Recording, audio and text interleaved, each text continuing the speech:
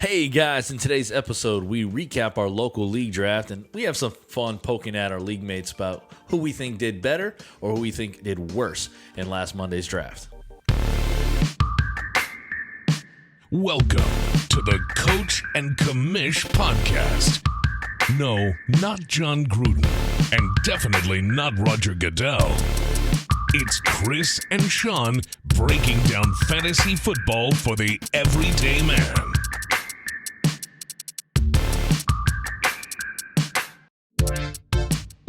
Welcome back to episode 109. You are here with the Coach and Commish. I'm Chris, this is Sean, and today we're going to tell our league mates if they were, and we're going to tell them that they sucked. And this time they'll hear drafting. it because we actually recorded this episode a few minutes ago without anything connected to these beautiful microphones. I'm not going to lie, the first intro was way better. All right?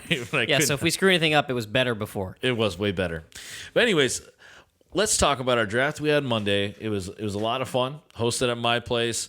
Live drafts are the way to go. If you're someone that's not in our local league, listen to this. Live draft it as much as possible.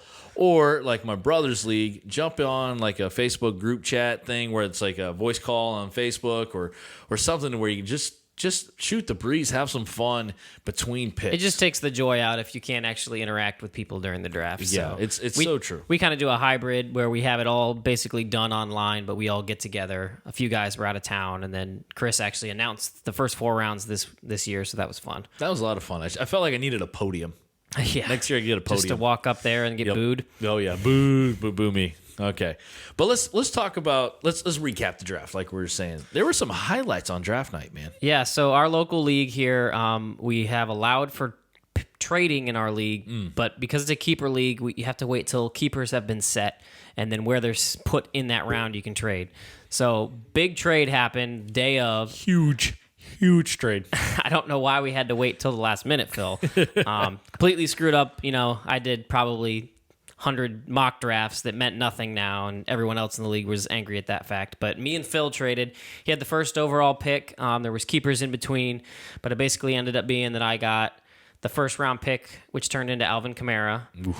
I gave up Tyreek Hill, and then I kind of swapped some draft spots, so I was moving backwards about, I think, 7 picks a couple times down in the draft, like 6 through 10. But when we go to our power rankings, we'll talk about how that shaped up. People were surprised that went down. People weren't happy. I mean, Yeah. Tim was not too happy when he showed up to the draft. He's like, "This isn't how I want to start my draft night." The consensus was that I won the trade, with Alvin Kamara being the big piece that I won. So Yeah. I just loved it because it was an opportunity to get the 2 running backs and then focus on wide receiver later in the draft. Yep. I hate you. Okay. The other surprising early part of the draft here, we had my brother Mike taking Mahomes in the 2nd round. Now, you listeners out there, yes, he has a 2nd round ADP, but it's rarely ever done in a normal league, not a super flex, not a 2 QB league. He got a good amount of crap for that one. He did. I talk about his team later on. It kind of filled in there. Mm-hmm. What he did was he looked at the running back depth, wasn't loving it, and he skipped over Hopkins though. He skipped. I thank him for that. So let's talk about that. I got him. That's right. Hopkins was still on the board at that point. Hopkins was still on the board. And he went Mahomes. Yep. He just felt like, I'm going to grab this quarterback. And a guy who's on Mahomes for the last couple of years, it's very nice. But 2nd round, Mike, that was a head scratcher early. It better pay off or it's not going to look good from what you made on draft night. Oh, and you talk about this one here, Sean. Yeah, so one of my favorite moments, sorry, Tim, of the draft was, I'm calling it the Tim's tilt. Oh, yeah. And it was a real thing. In the 4th round, we had quarterback start, or sorry, maybe 5th or 6th round, I don't know, somewhere in there. We had quarterback start to go off the board, and he was completely ready to take Dak in that round, and the pick before Daniel took Dak. And apparently that was breaking his whole entire draft strategy because Tim couldn't handle it. Didn't know what to do. Ended up taking Rodgers. That's not a bad consolation prize. But yeah, it was one of those moments that I know everybody knows when you get into a draft and you've kind of set your strategy around, I'm going to take this guy. where you think is a safe place to take him, and he just goes right before you. It's like the snipe. Tim comes into the draft mad about the Phil and Sean trade. Then he starts easing up, starts talking, having a little fun. Then Daniel comes in, and then Tim goes quiet. The tilt started really in the round before when I had more fortune come my way, and somehow Allen Robinson and Terry McLaurin both fell to the third round, giving me an option. And then Tim is watching this going, is it possible that I'm going to get Terry McLaurin or Allen Robinson? No. Because the next pick, Morgan took Terry McLaurin, and there was nothing left for... Yeah. Well, but you didn't take Gus Edwards, so at least be happy about that. And props to Daniel. I mean, I remember I had Dak queued up on that one. I was going to try to go a little early on him too. I was happy. That was the correct round. He was the third, I think, off the board, and I was happy with that. I've kind of tooted the horn for Dak this offseason. I like him this year. Yeah, so I was leaning that way. Daniel, great job on that. Leroy's had a theme for the night. Yeah. It was running back, and if you need more running backs. What he drafted 6 or 7 of these suckers? Yeah, he had. So I got the draft pulled up here. So we had first 4 running back, and he kept Waller. Then he kept running back Montgomery, and then Gaskin running back. So his first 5 picks, he had 4 running backs. Never seen that before. He didn't pick a wide receiver until the 7th round. So I mean, Juju Smith-Schuster, wide receiver 1.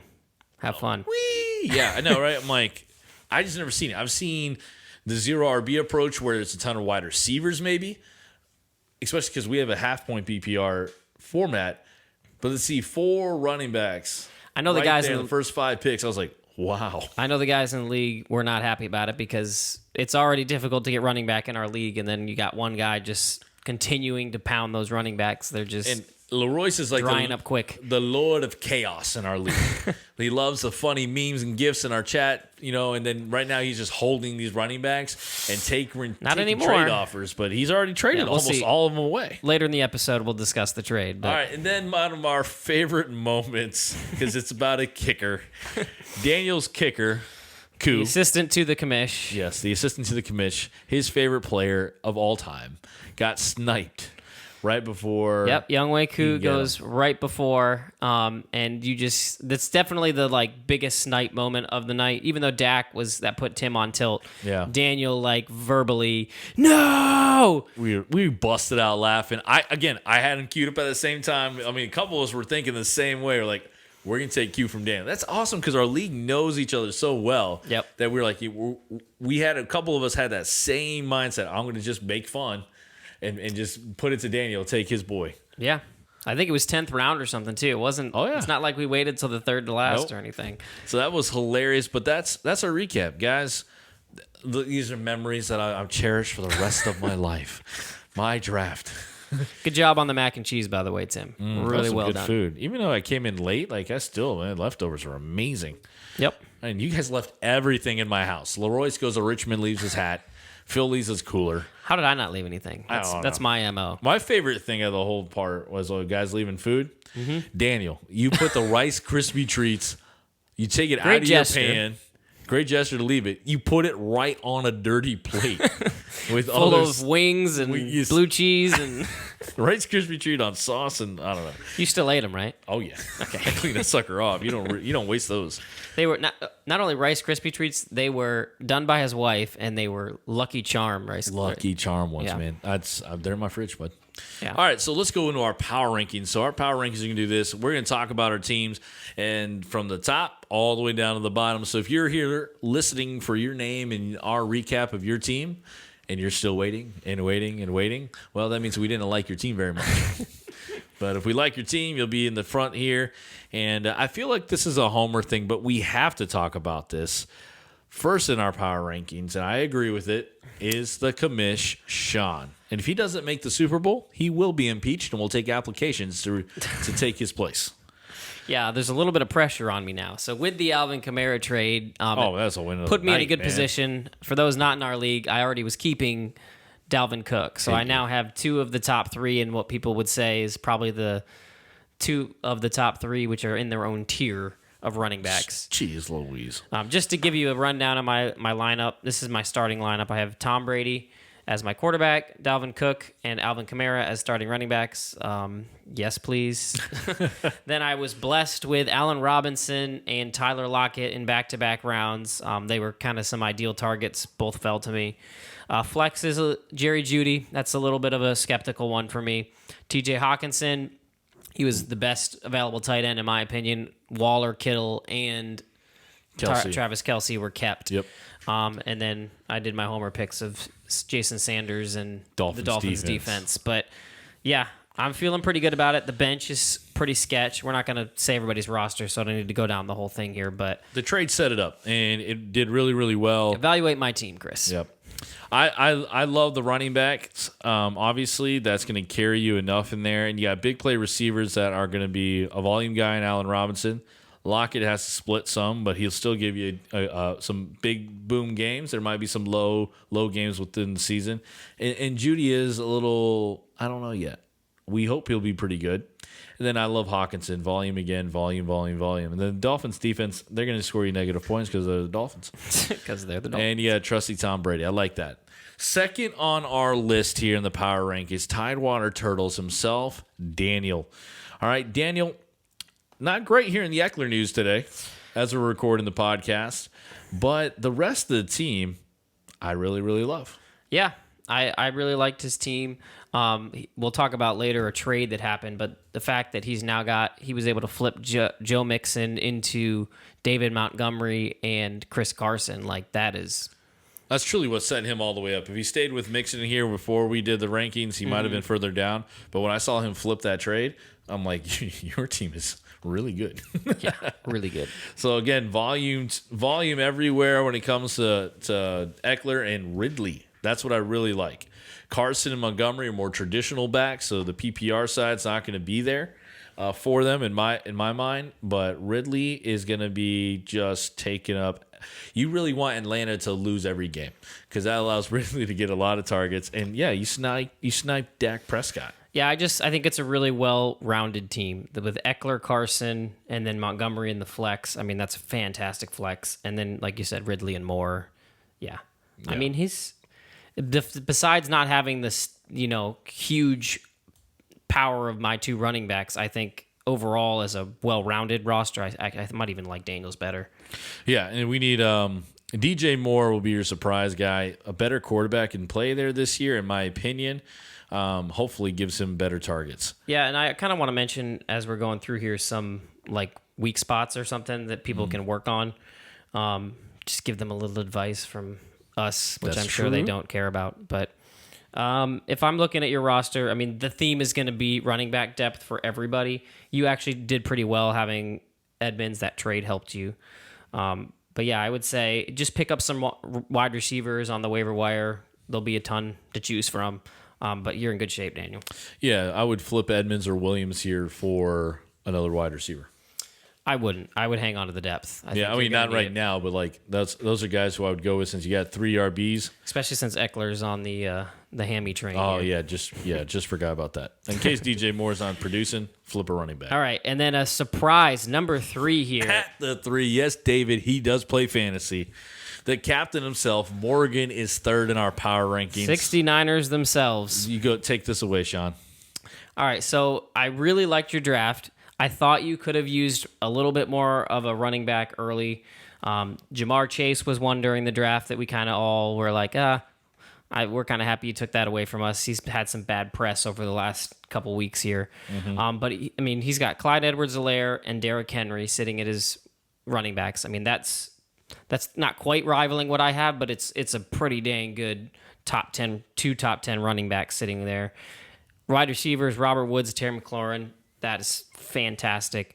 And then Deante Johnson in the flex. I absolutely love that. He ended up waiting on tight end. So as tight end and quarterbacks, he waited. He did the strategy that I usually end up doing, which is, wait, pick up at the very end of the draft. A couple there's just value down there for quarterbacks and tight ends.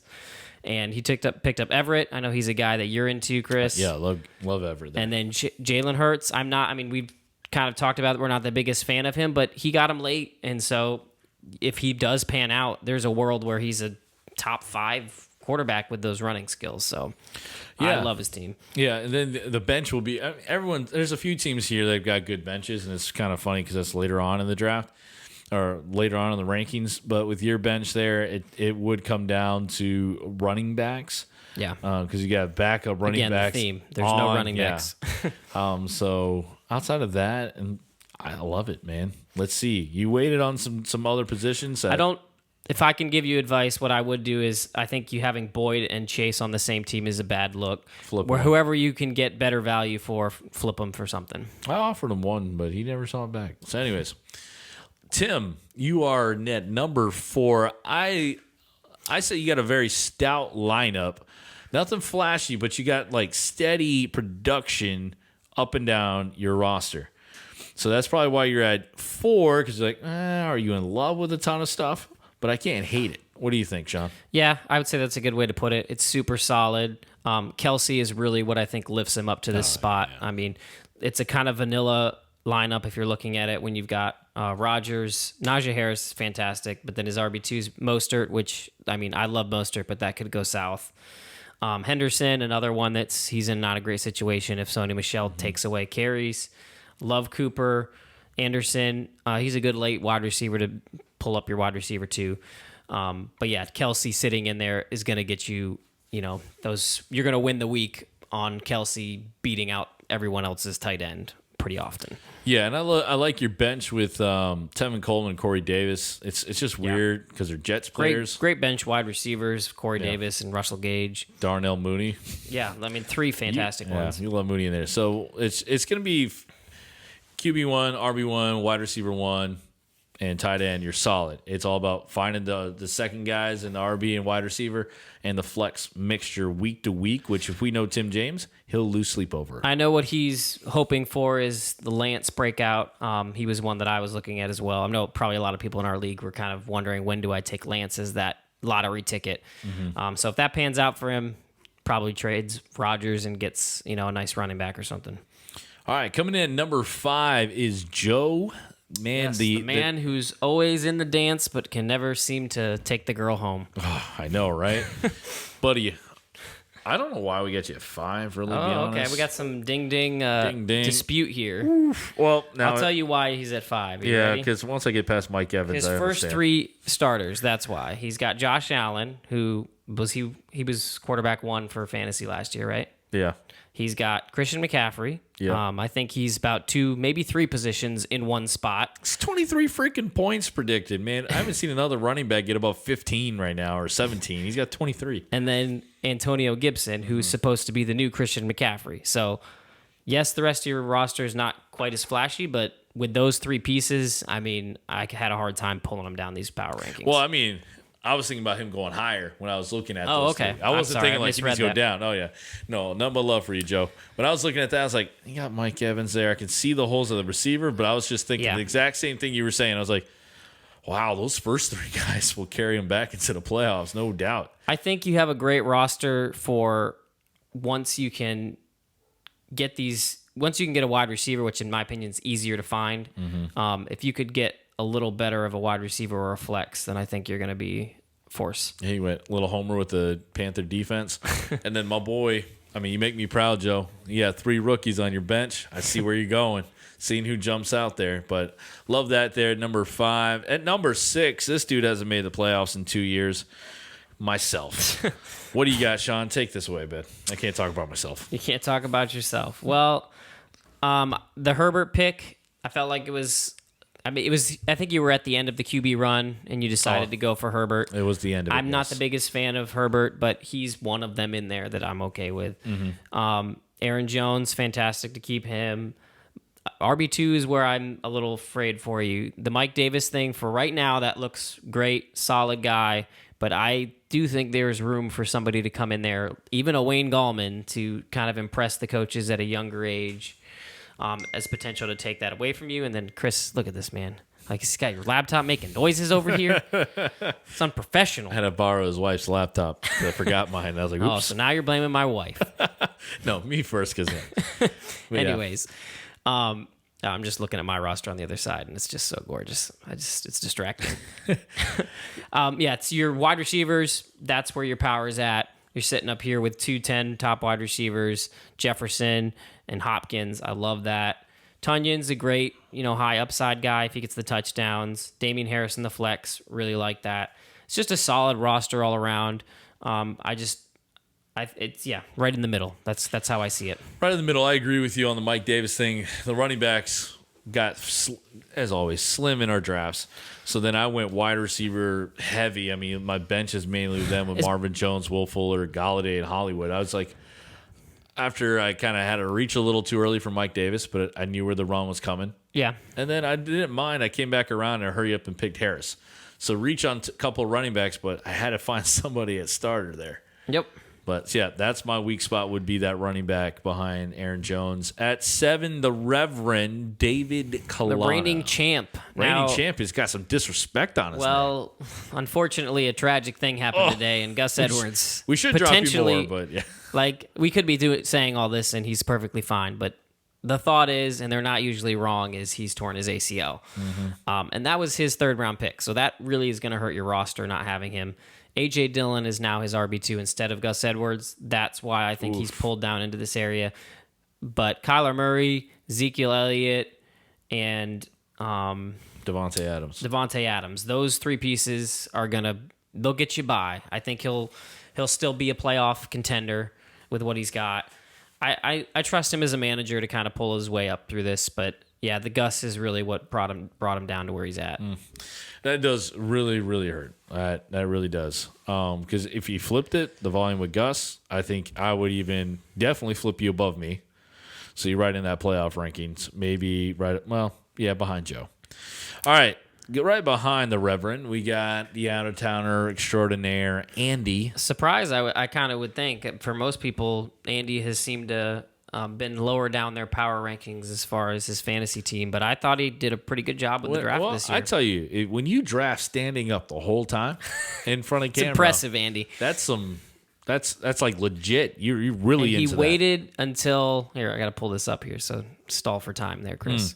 All right, so my thing here with Andy is the running back health and usage can be a problem all season long. Saquon coming off a major injury.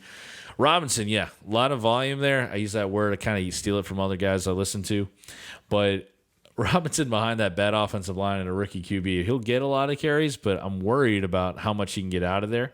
Again, you have to go with that. And then that's your running backs, honestly. Jacobs, he keeps going down every single year, and that's about it. So the running back depth, you got to be lucky in this league to get it. So that's my only true worry on your roster.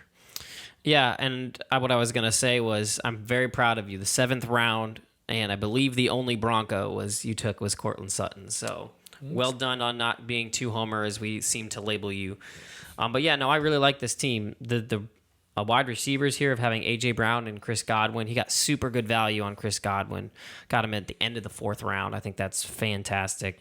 Sutton could turn out to be a great pick.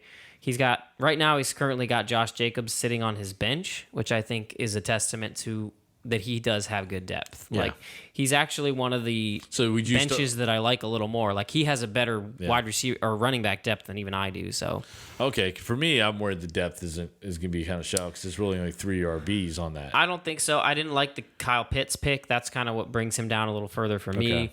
But I mean, I could be wrong on Kyle Pitts. I just don't think it's going to happen in year 1. Stafford, he's not bad, but you're not going to probably win your weeks on top of Stafford compared to other quarterbacks in this league. So right now, Andy's got Sutton in the flex and Jacobs on the bench. Would you tell him to flip that? So you got Jacobs playing Baltimore. They actually they weren't that fantastic against the run last year. I would, just because we haven't seen Sutton off of this injury. I think he had a full season missed from a torn ACL or something. Is that what it was? ACL? Man, that guy hurt his shoulder, his ACL, everything. Yeah. So whatever it was, he's coming off of an injury, and he didn't play in preseason very much. So I would be a little scared to just plug him into my lineup. According to Sleeper, they have just a 0.3 points different between the two. Yeah. So it's kind of a toss-up, but I usually lean the running back because I like the safety of getting a lot more involved. All right, so sitting right behind Andy is the running back king himself, Leroyce. Man, where's your wide receivers at, bud? That's, oof. And then you flip some trades here, and you're still trying to fit it. When you got Laviska Shenault sitting at your wide receiver too, that's a head scratcher. You make it up a little bit with with Waller. Yep. At tight end can help you. He's still got 3 good running backs. Having Taylor, Mixon, and Gaskin, I think that's probably 3 of the best that people have in the league. Yeah, and then, this wasn't part of the draft. You picked up Tyrell Williams. He's one of my guys at late end or undrafted free agents type of thing. But Juju at wide receiver 1 really hurts me. I mean, look at this. Shenault is supposed to get more points than Juju, and Juju's the wide receiver 1, the first receiver he picked up. Yep. I mean, you got to fix that wide receiver position. I think you know that. You've got the depth. But, yeah, I could see. I mean, really, if Taylor and Mixon can pull it off for you, then you probably just need to get by at wide receiver. So, but that's kind of why you're pulled down here is because of your wide receiving core. No real powerhouse there. All right, now we go to the uglier twin, Mike. All right, so sitting down at 11 here. Yeah, down 10 right now. The hard part is you went Mahomes in the second round. Like I said earlier in the podcast, passing up guys like Chris Carson, passing up guys like DeAndre Hopkins. Well, let me throw this up to you. So this is always 2020 here. Miles Sanders or Chris Carson, who would you take? Definitely Chris Carson. Okay, Chris Carson there. Adam Thielen or D-Hop? Definitely D-Hop. Boom. So those are the things where we're going to second guess the Mahomes pick. Yeah. Because Chubb and CeeDee Lamb, I think, were great keepers. I know it's a good foundation. Second, third year in the league, you finally got the keepers. Thank Leroy. Send him a Christmas gift because I think both were traded to you last year. So you have great foundational guys for the foreseeable future. And, yeah, the hardest part, and you're not the only one who did this, because according to ADP, there's a million other people drafting Mahomes this early. Yep. But in our type of league, we're always like, what? That early? We would want to sit back and wait. You have to defend yourself on the Mahomes pick that early, but you got some issues. I think tight end's going to be a hole for him. Yeah. And then flex is going to be a hard one for him to find somebody to fill him there. Trey Sermon could come in and actually surprise us. Mm-hmm. Once he starts coming on, I think you have a pretty good flex there.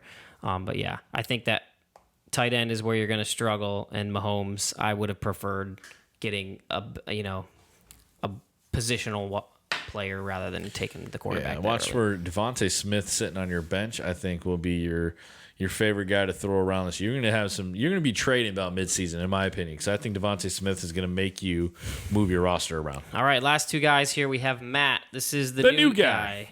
The Meat Prince. A disturbing, no one will get this who's not in our league, gif that has gone with your Meat Princeness, but... Yeah, there's this weird GIF. I can't even explain it. It's that weird. Kittles and bits here. Let's see here. I don't like the running back position at all. Your wide receivers, they're good. DK, Stephon, Kittle at tight end. Yep. All right. You even Kittle really helps this roster for me. Julio at the flex. But the running backs are going to hurt you because right now they're both slotted for 11 points. That means they're touchdown-dependent RBs. Yeah, and even at 11, I think these guys were overhyped even. Kareem Hunt, he seems to do well playing that kind of second fiddle to Chubb. But, yeah, Leonard Fournette, like that's a scary thing you got going on there. Actually, you have Melvin Gordon on the bench. I honestly would start Melvin Gordon over Leonard Fournette, in my opinion. I don't know. We don't know what's going to happen with that backfield there in Tampa. Yeah, I'm trying to think. I don't know if you look at the draft board, if you saw that pulled up, Sean, but I remember when you picked up the Fournette pick there, Matt, it was a head scratcher to me. I mean, I know that he used to be your boy in Jacksonville. Yeah, but I had thought guys you took Melvin Gordon. Melvin Gordon was still on the board. Yeah, not a ton of running backs I would take super far ahead of him, but A.J. Dillon. Okay, so it really wasn't. But they're both guys in crowded backfields. I think it was a reach for when he just knew he needed another running back. He had to. Hunt and Fournette are really RB2s on their own teams. Yep. That's the hard part. In the draft, what I would have done when you started with Diggs and Metcalf. I didn't think there was a need for Julio there. I think you could have taken a Gaskin or a Raheem Mostert, and that would have been a much better option there. But that's just my opinion. You can go prove the league wrong. Yeah, you can do that. I like the pick there, Tannehill late. He's been everyone's favorite late. All right, and in the 12th spot, you called your shot. Yep. He's sitting here is Phil himself. Phil, started from the top, now you're here.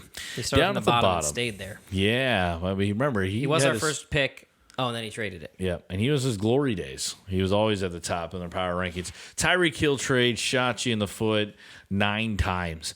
I don't know. I'm just using that random number. The running back depth, you weren't able to bounce back. Going with DeAndre Swift and Ronald Jones. He had a tilt moment in the draft.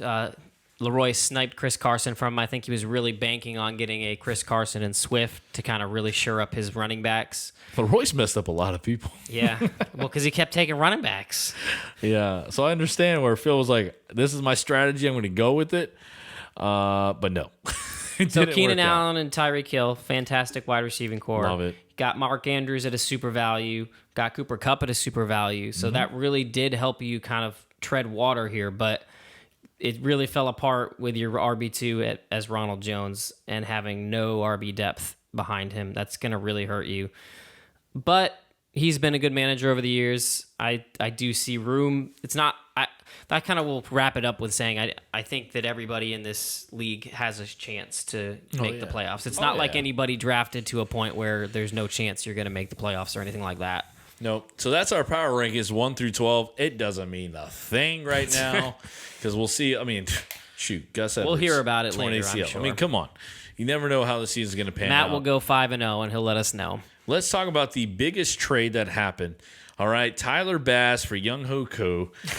I mean, I don't know what, and Daniel gave $11 of fab over to Leroy's to get his kicker back. This was our troll move that we talked about, where Leroy's took the kicker out from under Daniel, and the trade happened.